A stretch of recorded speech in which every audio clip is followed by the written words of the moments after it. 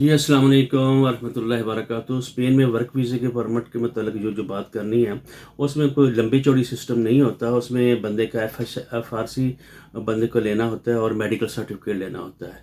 Work permit के लिए जहाँ जो उस वर्क के लिए उसने जाना है, तो उसके क्या होगा, एफ आर सी उसका लेना होगा। उसको भी उसने बंदे ने अपोस्ट करा लिया, और मेडिकल सर्टिफिकेट भी जब उस जाने लगे तो उसके लिए करा लिया, और पुलिस करेक्टर सर्टिफिकेट भी उसको साथ चाहिए होगा। ठीक है, तो उसके साथ साथ BLS की उसको अपॉइंटमेंट वो लेगा। जब लेगा BLS पॉइंट उसकी अपॉइंटमेंट यानी स्पेन के लिए, तो वो अपने डॉक्यूमेंट और उसके फार्म वगैरह फिल करके वो वहाँ से जमा करा सकता है।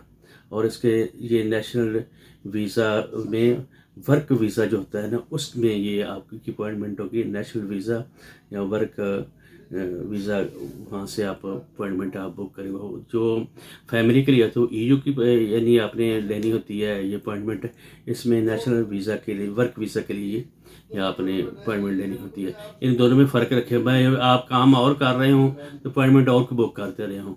ये मेरे कहने का मकसद है आप लोगों को, इससे मेरा खैर फ़ायदा हो सकता है।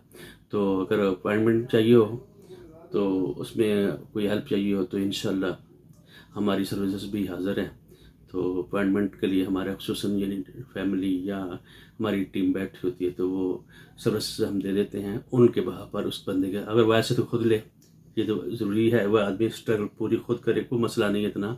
लेकिन जो बच्चे बैठे होते हैं तो उनको उनकी वो टीम वर्क होता है, तो वो फौरी तौर पर उनको पता चलता है वो अभी खुली है, उस वक्त बुक कर लेते हैं, तो दूसरों को भी फ़ायदा हो जाता है।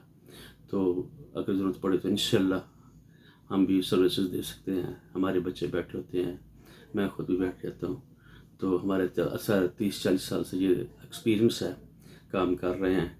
तो इसी तरीके से बाकी कंट्री की भी, इसी तरह ग्रीस की और स्पेन की और सऊदी अरब के लिए भी हमारा ये सर्विसेज होती हैं, और उनके डॉक्यूमेंटेशन की और ट्रांसलेशन की, टेस्टेशन की। तो इंशाल्लाह अज़ीज़ आपको इसका फ़ायदा होगा। अस्सलाम वालेकुम वरहमतुल्लाहि वबरकातुहू।